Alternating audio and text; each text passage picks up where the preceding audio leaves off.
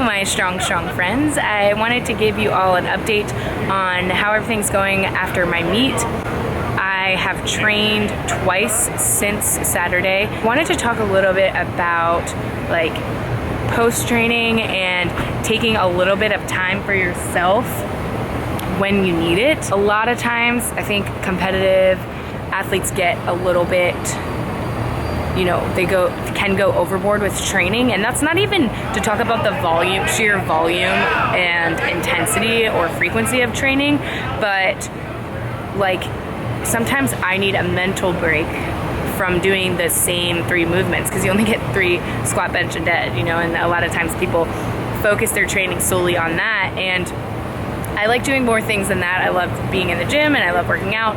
So I like to, after a meet or every once in a while, give myself a little bit of a mental break from those things, even if I'm still in the gym. So for instance, I've been doing stuff like front squats. I haven't done front squats in a while. I did work some of those in. I've been using, I want to start incorporating things with the hip circle. So I'm just making sure that I'm trying new things and doing things that I actually like to do. I'll also, every once in a while, since Ryan's really into weightlifting, I will, work with him at his gym and do some stuff, because that's still fun to work on and try and practice every once in a while. Obviously, I have short-term goals. So my next short-term goal is to be as strong as I possibly can for nationals, for USAPL Raw Nationals, which is what I qualified for in the last meet. That's in 16 weeks or 15 weeks now. That's very, very soon, and I hope to be lifting through the rest of my adult life and for as long as I am healthy and able to. So Jen Thompson, one of the strongest women in the world, has been lifting for about, correct me if I'm wrong, if anyone knows more about her than I do, but I think she's been lifting since she was my age, so since she was 26, and she is the strongest power lifter female in this 63 class, and her bench just crushes a lot of people in the weight classes above. So she's been lifting for a really, really long time, and I realize that I have a long way to go to get to where she is and where lifters of that caliber are, but I have time, and she started lifting when she was my age. So if I can make it so that my lifting career is that long, I can only imagine how much growth I can see over that long period of time. I just have to make sure that 1, I still love powerlifting after 16 years, and 2, I stay healthy. So for me, it's important to have little breaks like this and not go overboard and kill yourself training. You just know that the greatest thing about this sport is that you can do it for a very, very long time if you stay healthy. The best powerlifters are in their 40s. That's just the way it goes. They're in their 30s and 40s, and they've just been lifting for a really, really long time. So it takes a long time to build strength. And, my goal is to make it so that I'm on the Jen Thompson level by the time I'm her age. I think that'd be so awesome. So that's just my little note. So I'm going to show you all some training footage of things that I've been doing that are a little bit more fun and kind of giving me a break from regular training, different from the things you've seen in the last couple cycles. It's not too crazy, but hopefully there's some new things and I can talk about them and share it all with you.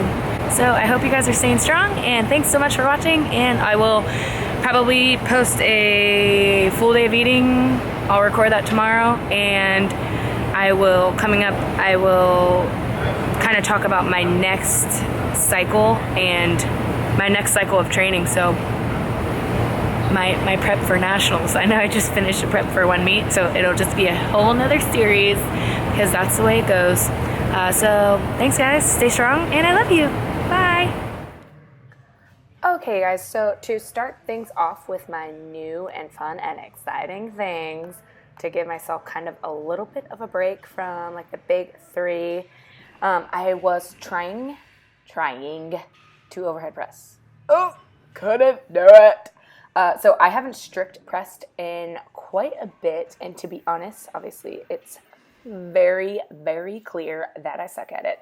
I really do like strict pressing though, and although I had a couple of overhead movements in my programming the past 12 weeks, I haven't actually strict pressed in a long time. So I think, obviously, since my upper body is weak and my bench sucks balls, I'm going to incorporate this to like have 2 upper body days. And I think an overhead press, strict press, will be a kind of like one of my main movements. So I'll have a day that's focused where like overhead press is my main movement for the day.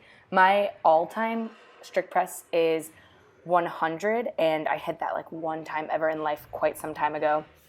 So obviously I don't think my mechanics for it are really great at all, so I want to work on those and focus. I know Ryan has a lot of notes for me already, and I have some friends at the gym and friends that I know that are really good at overhead press and good at just putting things over their head, which obviously I'm not. So yeah, I'm excited to work that in, and I was happy I tried it out on this day to see if it's something that I like doing. And I failed 95 pounds, and then I did like 5 sets of 3 at 85 here.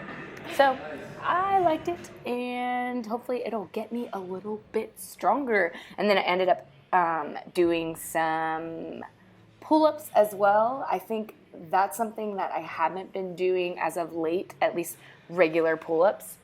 I did some wide grip pull-ups in the past couple of weeks, but I think just I'll work on probably incorporating some wide grip and also regular pull-ups to kind of push that max as you go. And then I just did some fun stuff with this hammer strength machine at the end of this training day.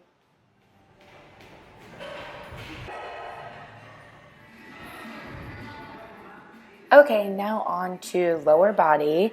The break this week has been good to help me especially think about the weaknesses that I have now and how I want to address them in the future. So like just giving me a week of not really, having a complete structure and like jumping into a plan that isn't custom to my needs. I'm glad I've taken this time to really think about what is wrong with my technique and what I need to fix and where my weaknesses are. If you can believe it, my number one weakness that Ryan and I discussed is my glute strength, which is kind of disappointing because you would think it were a strength of mine, but it's not. I think, if you watch my videos, you can see that my knees are caving in often. So that is a sign that I'm not activating my glutes. So, how they say like, oh, we only use 10% of our brains. Well, I honestly wonder what percentage of my huge fat ass I'm using, because if it's a weakness, I got a lot of work to do.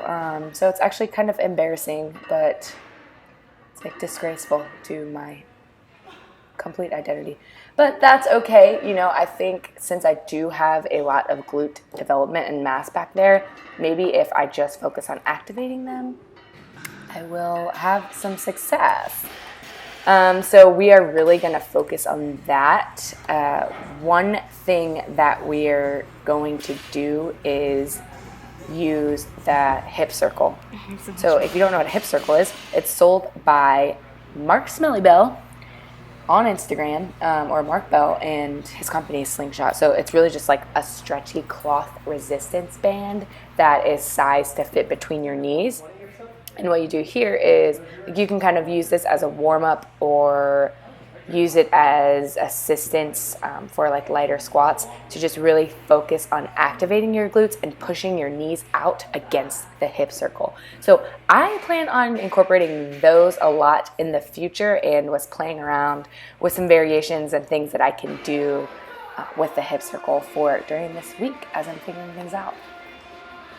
If you don't have a hip circle in your gym, they are very, very cheap, but one thing that you could do is perhaps take a regular old resistance band and kind of double it up. It does make it not as comfortable and not as easy.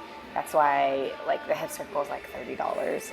I would recommend buying one, or they do make small resistance bands that are similarly sized to the hip circle, so maybe check those out.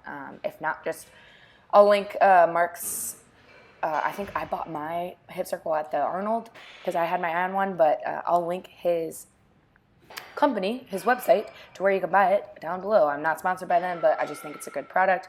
If you're really into benching, probably you should try out a slingshot too. So yeah. So then I went on and did 4 sets of 8 on front squats, and as I'm recording this voiceover for you, I am so effing sore 2 days later. I think I just, went a little crazy with the front squats and the hip circle and the volume, but it's good to get back into it and feel sore. Feeling sore is like kind of it really does suck, but it's reassurance that you worked hard, which is good. So then I walked down the street to Ryan's gym and shot some stuff for fun on my camera. That's another thing, I think that is important. Luckily, I have a boyfriend his interests are like completely in line with my own. A little different because he's a weightlifter, but it's nice to do things like here I just showed up and kind of diddled around at his gym. I did a couple of things, but had a not serious training session and was able to support him and also play around with my camera, which is becoming a new hobby of mine. It's nice to switch up the scenery. If ever you're in a rut, maybe you could check out a new gym and just switch up the people that you're around. I love my gym and I love the people at my gym. But that doesn't mean that, it might be beneficial to check something new out if you need a little bit of a mental break. I have friends who have gone as far as just switching gyms to kind of change things up. It happens. But yeah, so at this gym, I got to play with my new camera through this whole video. It's shot on my new camera. And I'm wondering if you can tell and what you think. I think the quality is much better. Obviously, I'm kind of limited with my angles, and I still need to get a tripod for this. But I think I'm going to start training a little bit on the weekdays, a little bit later during the day, so I can come in when the gym's a little bit slower and have a little bit more freedom with angles and, just have some more fun while I'm getting to know the camera and learning how to use it, because I don't know jack shit. But you can see I'm like zooming in and out of Ryan playing. And if you're watching this pretty much sums up my life, just watching videos of lifting. So yeah, I think that will about wrap it up for my commentary. I hope you guys are staying strong, and I hope you're having a great, today it's 4th of July as I'm about to post this. I hope you're having a great weekend and enjoying it. And if you need a break from the gym, you should take it. If you need a break from your training, I think it's totally fair. If you're obsessed with training like me and it's just your favorite hobby and you want to be in the gym with your friends, I think that's fine. But find a way to give yourself a little bit of a mental break, especially in between cycles. And sidebar, look at my fucking back right now. I'm just going to end on that. I think it looks so pretty. And I'm excited to make it just a little bit bigger. And hopefully by nationals, I'm a little bit leaner. Because I'm going to stay at this weight and hopefully build some muscle. And then cut down just a bit. Just a bit. It looks so pretty, like a butterfly. Okay, bye. I love you.